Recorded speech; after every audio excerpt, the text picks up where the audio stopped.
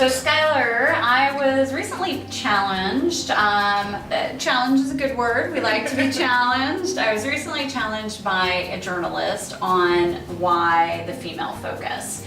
And her question, rightfully so, was, do you have any solid research to back this up? Have there been studies done where a female-focused work environment specifically gives you better outcomes? And I had a kind of a tough time answering that question a little bit from a solid research perspective. I've done a lot of digging on this topic in the past, and I found some articles talk about how women interact differently and how we think differently and how that applies to business and how networks are, I wouldn't say more important, but just they place a different importance in women's minds, so to speak, and as they move their business forward. But I was having a tough time finding some really solid research. So the only research that I've been able to find that was really dead on, of course, is relating to female-focused educational facilities, of which you went to one. Yes, I did. We talk about that a little bit. Absolutely. So I graduated from the Academy of Our Lady of Peace, which is a local private school, and it's in San Diego, the only all-girls school here in the city. My experience at OLP was absolutely incredible, and I really mean it when I say that that's probably the best gift that my parents gave me, was my education there. The reason it was so incredible was just the dynamic of studying in a classroom, where the focus was really on what we were learning. And OLP is a very rigorous academic school, but also in terms of your social responsibility and in terms of your thinking. They don't want students that are just great at school. They are really all about, okay, so what's an issue that you see in the community that's bothering you? What are you going to do about it? And they assign lots of different leadership roles to girls in the school. I think one of the crazy quotes is that 500 girls a year have different leadership positions in that school. Wow. There's 750 students at that school. So it's a really amazing institution. But going through school, I really had such an amazing experience and really becoming comfortable with myself, comfortable speaking up in class, comfortable asking questions. And we had a lot of great male teachers, and of course we had a partnership with St. Augustine, which is an all-boys school. So we had some of the socializing. It's not like we were separated completely. The dances. Exactly, the dances, yes. Leave enough room for the Holy Spirit always. Yes. But when I went away to college, my first day of school, I remember thinking to myself, I'm really excited for class, I'm nervous, but I didn't care about what my outfit was. I didn't care about the fact that there were boys sitting in my class. I was the first one to raise my hand and participate when the teacher asked a question, and I was the only girl that did.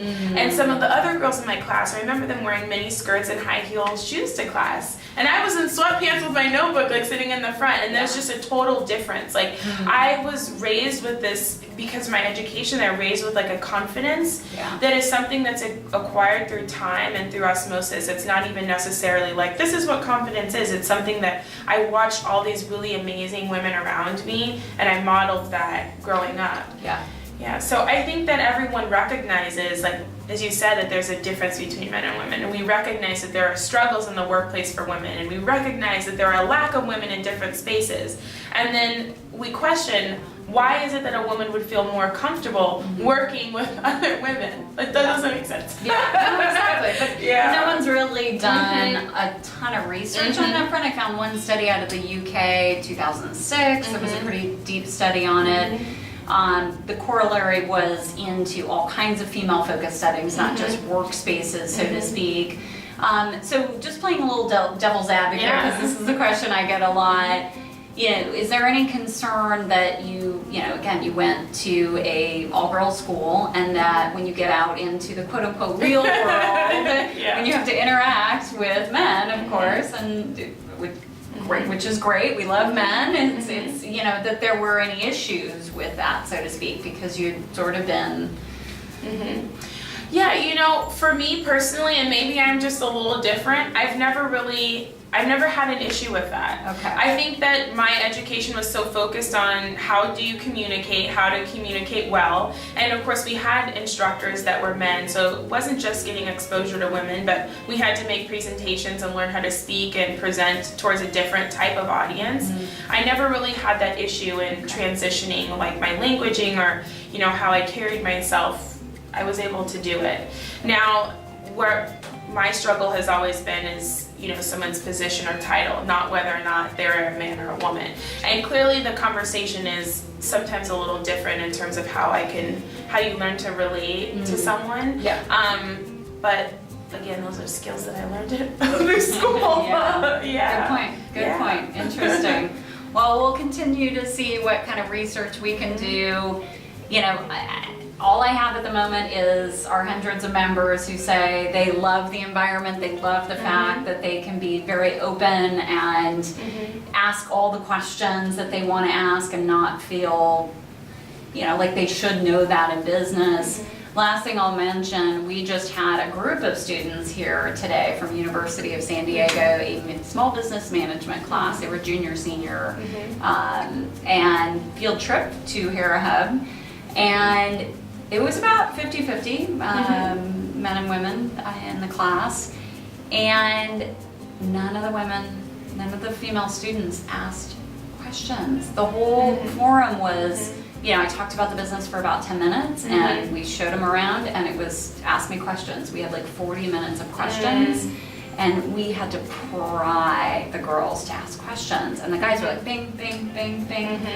So you know, it was just funny because this is weighing on my mind, and so I really noticed that in that setting, the girls were just more shy and weren't speaking up, and I didn't know if that was because the boys were asking all the questions and they didn't feel comfortable in that scenario. Any insights on that? I know you weren't there, but yeah, and you know, I think that sadly is like the reoccurring question, and you've actually talked a lot with like Bernie Schroeder, right, and a couple other professors, and they've had a significant challenge in even getting the women to participate in the pitch competitions. And I think really when we ask ourselves like these really big questions, we have to kind of go back all to the social conditioning that's really started from infancy. It's like it's something that, you know, that we've kind of been trained to think and behave, and you know, over the period of our life, and we've learned, you know, how do I survive in the classroom? So maybe it's even in 4th grade, one time you raise your hand, someone tells you bossy, and you never ask a question again.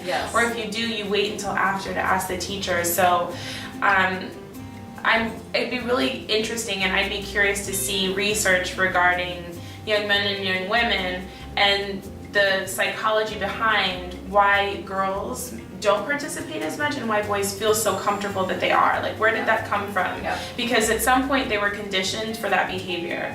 So where does that start? I've done a little reading on that, and it is interesting. There definitely is oftentimes different social conditioning. It's, you know, girls are to sit still and be pretty and be quiet and not speak out of turn, and when boys do that, which they do, as do girls, but when boys do it, it's like, oh, they're boys, you know, they're never gonna sit still, don't even, you know, worry about it, those types of things. And so you see, I think that's just sort of conditioned into our culture.